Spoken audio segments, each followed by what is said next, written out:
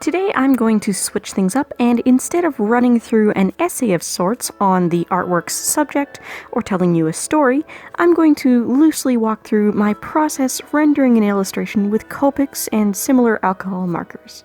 Hello and welcome back to Jenna Gets Creative. Today's video is a collaboration with Draw Art Lab. We have each drawn a unicorn with floral elements, swapped line art, and are now finishing each other's artwork. Draw Art Lab will be rendering from this piece of line art I designed at the end of February, so be sure to check out her video after this if you haven't seen it yet, and I am rendering this piece of line art she sent me. So just to be perfectly clear, credit for this illustration goes to Draw Art Lab. I'm just coloring it. Same goes for her video today, but in reverse. Over the last nearly 2 years now that I've been uploading art content to YouTube, I've done a lot of collabs, and a lot of them have been line art swaps. Some of them have been one-way swaps, where one person starts a piece and the other one finishes it, done, there we go. The others have been like this, where we trade and finish each other's pieces. I find the latter always works out so much better. Not to be negative about all the one-way swaps I've done, because a few of them resulted in beautiful renders, but it's always me doing the line art and someone else adding in all the color. This way is a lot more fun, both for you guys in the audience watching and for me making the video. Let me know if you'd like to see me color my own piece that I designed for Draw Art Lab sometime in the future. I think it would be a great practice piece for recording digital art. For this piece, I decided that I wanted to use my alcohol markers, so I printed the line art out and taped it behind my very thin Translotype marker paper. I traced everything using a Prismacolor kohl erase pencil, and then I went over some of the inner detail lines that I wanted to be sure to preserve using my smallest fine liner. That was a 0.03mm Copic multiliner. I hadn't decided yet what sort of style I wanted to go with the lines, so I put as little liner ink down as possible to start with, but I find alcohol ink does dissolve and smudge kohl erase pencils a bit, so preserving the lines that I would be coloring right over was a must. You'll also notice that I left most of the leaves on the foliage unlined, but I traced over the stems. You'll notice when I go back in and stylize the line work at the end that I do leave all of the leaves that aren't overlapping anything unlined then as well. I really like the way it turned out, but I considered lining all of the leaves with the smallest liner, and I think that would have looked nice too. I was just really done with going over all the lines at that point. For the leaves, I chose 2 shades of green and gave them all a two-toned look.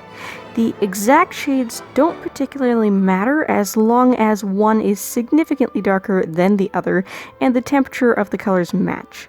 I laid the darker color down first and then colored the whole leaf over top of the darker color with the lighter color. If you want to soften and blend the dark parts, do it in this order.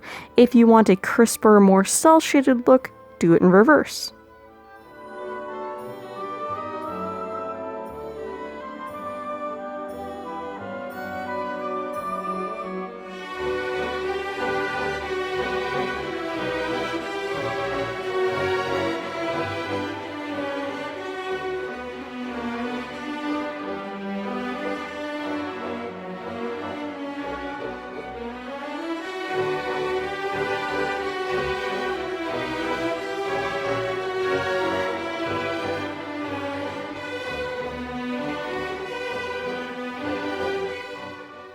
Moving on to the unicorn, I knew I wanted the body to be mostly white, so I added shading using my level 1 and 3 neutral grays, then tinted it with a very pale blue.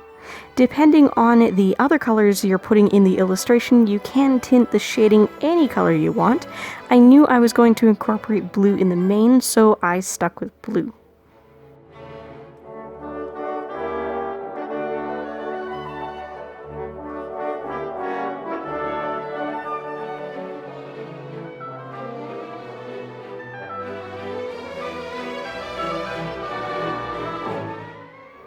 Next, I decided to tackle the orchids, which are so beautifully drawn. Coincidentally, I considered putting orchids in my line art for Draw Art Lab because they're one of my absolute favorite flowers, but I went with a variety of lilies instead. Orchids are great for all levels and styles of coloring because they come in such a wide variety of colors in the real world. If you're going for a flat or cel-shaded look, you can absolutely go with solid colors. Orchids do come in solids, for sure. You can also go way more detailed and patterned than I did.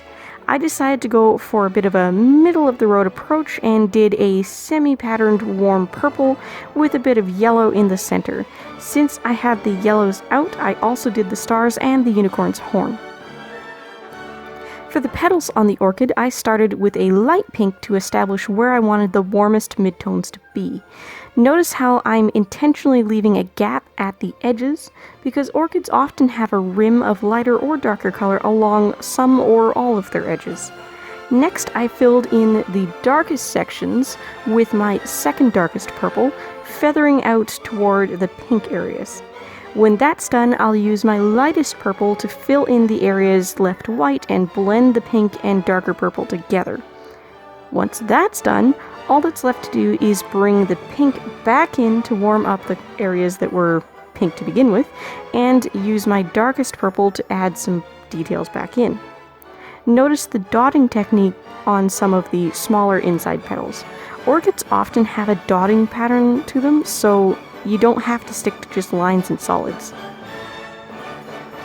Just for reference, by the way, I printed the line art that's taped behind this on standard A4 printer paper, so that gives you an idea of the size. This portion with the yellows and the orchid petals alone took a solid hour to render.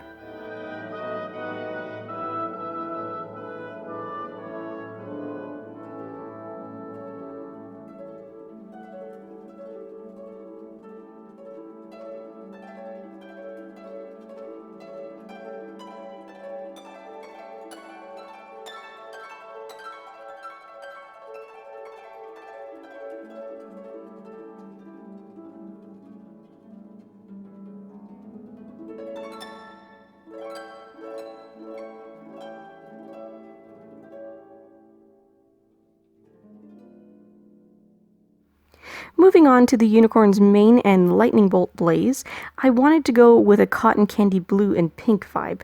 Unfortunately for me, I don't have the greatest selection of darker pinks, so I shaded the pink sections with a very vibrant red and compensated on the blue strands with a much darker blue. I think it ended up looking a little bit Uncle Sam-ish, which was not my intent, but I hope it still looks good in everyone's opinion. As with all the yellow sections, I'm using 3 shades for each color. This time I'm laying down the palest shades first, then building up the shadows in progressively smaller overlapping sections. Then I'll soften it all out by blending the sections back out with the palest shades again.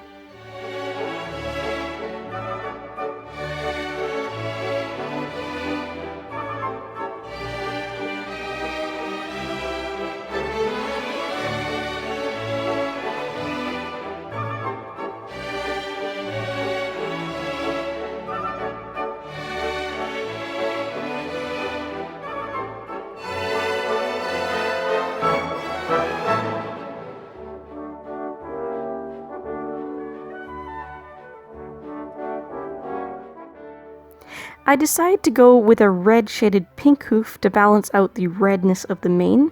After that, all that was left to color was the dots around the orchids and the foliage. I wanted to balance out the red and dark blue in the mane and also bring some of the yellow from the stars over to the bottom left side of the piece as well, so I picked my darkest color for each of those and filled in the dots at random. I think if I were to do this piece again, I would make the unicorn's mane and hoof more of the same colors used in the orchids, and make all the stars, the dots, and the horn another color that complements the orchids. It would simplify the palette more, which would probably make it look a lot more unified and polished. I think the cotton candy look for the unicorn might have worked a lot better if I had shaded the pinks with a purple and the blues with a lighter third blue, so it didn't get so saturated. In that case, particularly if I could have made the unicorn's coloring closer to matching the orchids by pulling in a purple shadow, then I probably would have opted to make all of the dots yellow. Finally, once all the coloring is done, it's time to go back in with the fine liners and a white gel pen and make some final decisions. I went back over most of the lines with a 1mm fine liner, going back over 2 or 3 times where I needed to cover rough edges between colors, and thickened up the stems on the foliage. I debated for quite a while as I was working whether or not I wanted to keep the whole piece in one consistent line weight, or put a little more of my personal style into this piece and thicken up the outer lines. I went with option 2 and used a 5mm liner to outline the unicorn and the outside of the overall shape of the orchid cluster, including the edges where the orchids overlap the unicorn.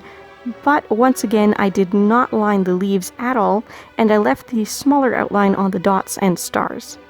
Using a Uniball Signo white gel pen, I added highlights to the unicorn's eye and horn, and added a little sparkle to each of the stars. I'd like to thank Draw Art Lab for doing this collaboration with me. This was so much fun. Definitely go check her out and watch her render my line art if you haven't already.